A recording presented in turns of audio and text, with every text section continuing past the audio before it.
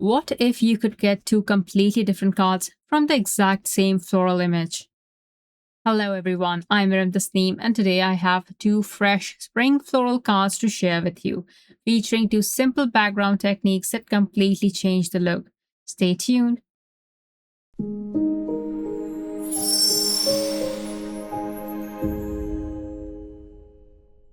I'm excited to work with the Crafty Live Project Kit Delicate Garden today. I think it would be perfect for creating heartfelt Mother's Day cards with its lovely, delicate floral designs.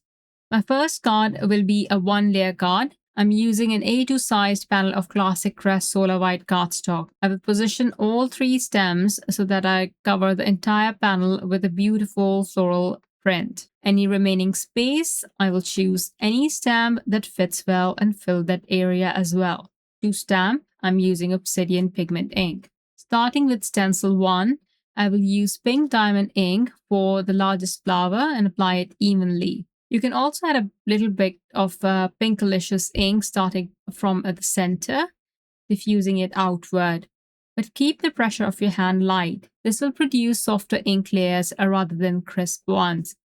Of course, this depends on your preference. I really like the look. Now, repositioning the same stencil, I will apply second layer using Rubelite ink.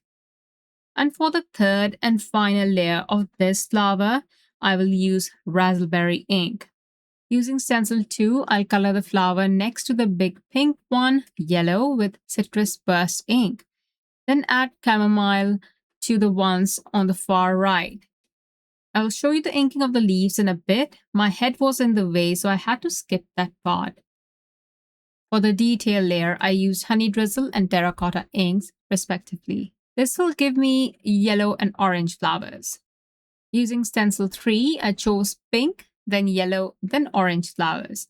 I started with Pinkalicious, followed by Citrus Burst and Snapdragon inks. I selected Snapdragon for the orange flowers because chamomile appeared lighter.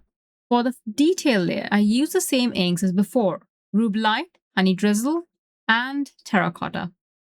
For the leaves, I will use Limeade ink and I will try to keep the leaf tips light. For the detail layer, I will use Reindeer Moss ink. For the bunch on the left, I will ink it from bottom to top.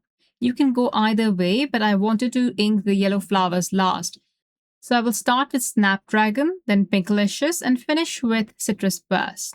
I wanted to make the pink flower slightly darker, so I added a little Rubelite with a light hand. This is leftover Rubelite on the blending brush. For the detail layers, I use the same inks as before. It is completely fine to layer darker inks over different base colors. I think it adds a nice variation among the flowers.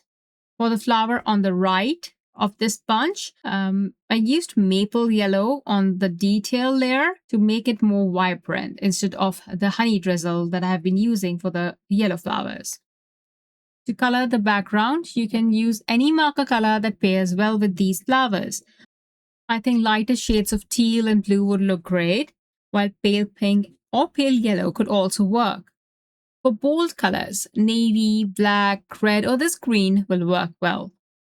I chose to use Evergreen Artist Alcohol Marker because its shade is slightly different from the green ink I used for the leaves, so the leaves wouldn't blend into the background. You can use both the bullet and the brush tips for filling in the background, depending on the areas. For tighter spaces, I used the bullet tip. For open areas, the brush tip. You can color in small circular motions, which helps to minimize marker streaks. Once you're done, you can go over some areas to create a smooth finish. To complete the card, I used a sentiment from the Creative Labels Stamp and Die set and added some mother of pearl gem sparkles. For my second card, I stamped and inked two more floral images in the same way as before, and this time I used the coordinating dies to cut them out. I'll use Mountain Pine cardstock and cut out an A2 sized panel. To add some texture to the cardstock, I will add score lines starting at the center, horizontally at the 2.75-inch mark, then add a score line at every half-inch interval. You can use either side of the panel, whichever you prefer. Next, I will use Mountain Pine Fresh Dye ink and apply the ink all around the edges. Once I've done this, I will gently blend the ink inward to smooth it out. You can do this at the start as well. After this, I will adhere the panel to the card base, then attach the floral images to the green panel with instant dimension foam tape. And finally, add the sentiment and mother of pearl gem sparkles. I hope you enjoyed seeing how the same floral images can create two completely different designs just by changing the background approach. I can't wait to see what you come up with, so don't forget to tag Altenew and me. Thank you so much for watching, and I'll see you in the next one. Bye-bye. Wait, we have more where that came from.